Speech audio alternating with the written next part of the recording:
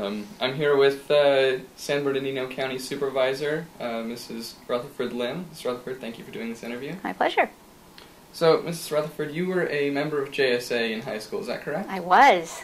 Can you tell us a little bit about that experience? I was an Ontario high school student. I was very active in the chapter there. Started out by getting involved in debates, and then ended up getting real involved in JSA after I went to the LA Symposia. I went back to DC summer school, was the first national editor of the Junior Statement, and just enjoyed participating in every level of Junior State. It's funny, it was the LA Symposia that I actually first experienced JSA. So. Sucked you into. It's a great experience. It is. How do you believe JSA has affected your career choices? I think it was because of my involvement in Junior State that I understood that I wanted to be in public service. I didn't know quite what I wanted to do, but JSA experiences and exposure to the people who were running the government at that era really inspired me to learn more, dictated my course of study through college, created the volunteer opportunities that led to my first jobs in politics and government. And then, of course, I have to say my friends, my closest friends today are still people that I knew and did Junior State with. And they're the people that I still confide in and talk with and take advice from to this day. That's excellent. You have a lot of great ideas about ethics in government and the code of ethics that you run by. How are you making sure practice? Well, that's the big challenge, isn't it? They say you can't legislate morality, and it's hard to legislate ethics. What people really want is good people in government making the right decisions in the right way for the right reasons. Absolutely. It's one of the things that's been a challenge here in San Bernardino County. We've had some of the biggest corruption cases in the state recently, and they're still moving through the courts.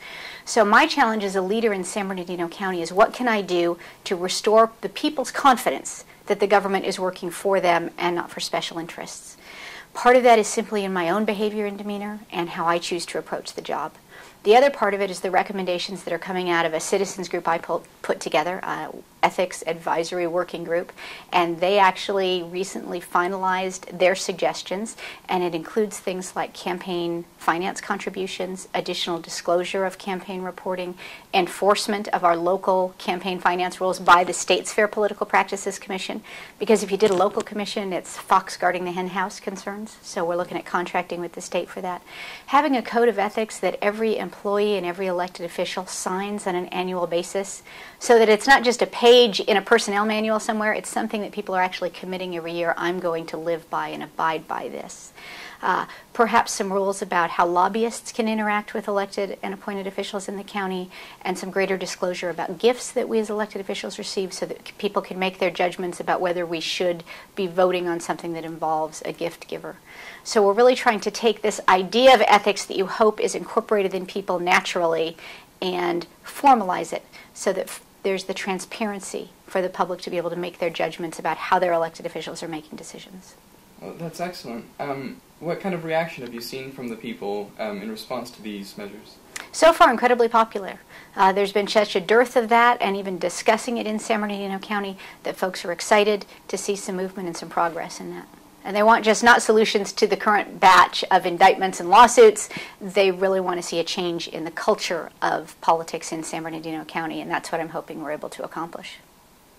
So, how do you think San Bernardino's growth has affected its budget? Well, you'd like to say that it was growing exponentially along with the people. The county has grown tremendously in the past decade or two. Up until the recession, the budgets were growing as well, and we were able to undertake some really great projects. But lately, everybody's budget has fallen. The property taxes that really buoyed the region have fallen as assessments have lowered. Sales taxes are just starting to pick back up. But we have tremendous needs and backlogs of needs in public works and infrastructure, public safety, that can't be met with the current budget. So San Bernardino County is struggling along with everyone else in the state and nation, really. And how do you think this is affecting youth programs in San Bernardino County?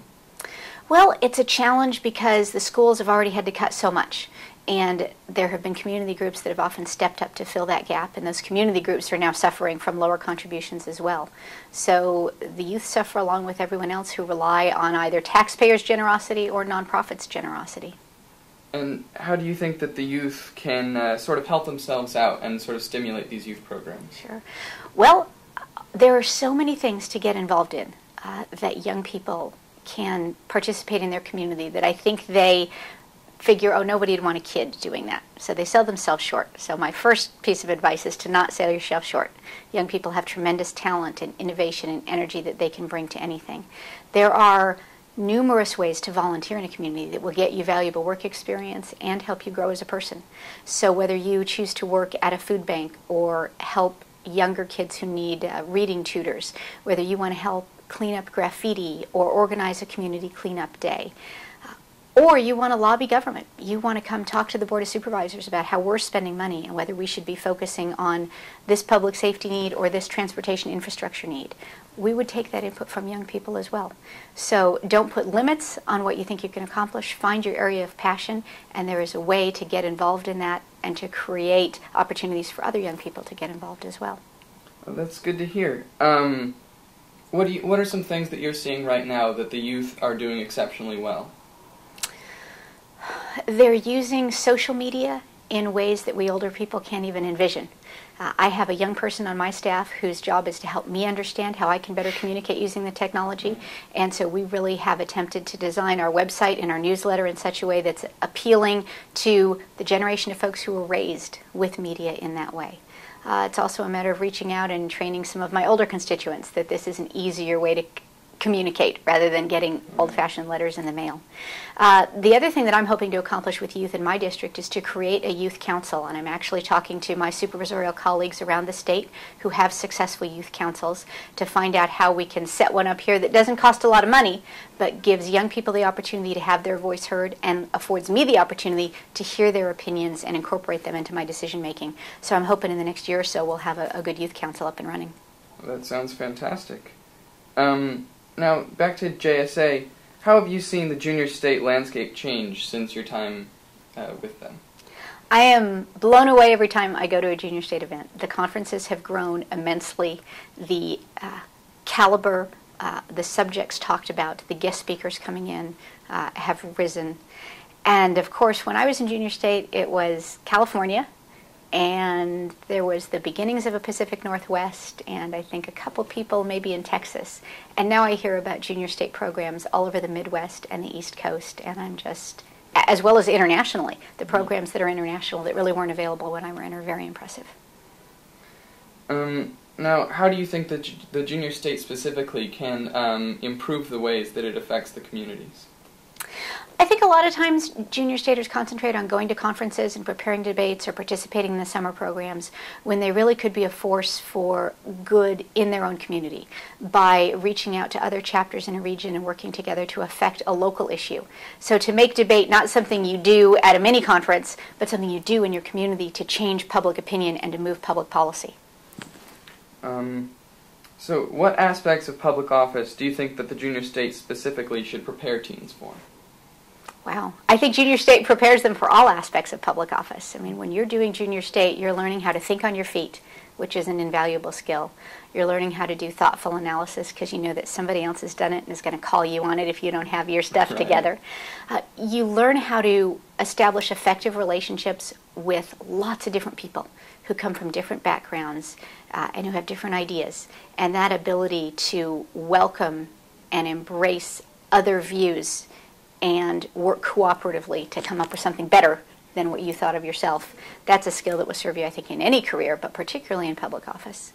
The ability to go out on a limb, do some outrageous and crazy things that you didn't think yourself capable of, to be willing to take risks, but intelligent risks, and to put together a team of people who have good core values and who want the same good end in mind that you have and figure out how to work with them to accomplish something. Those are all skills I honed in junior state that serve me well to this day. Well, we really appreciate that, and Mrs. Rutherford-Lim, I appreciate you doing this interview. Happy to do it. Thank you. Thank you.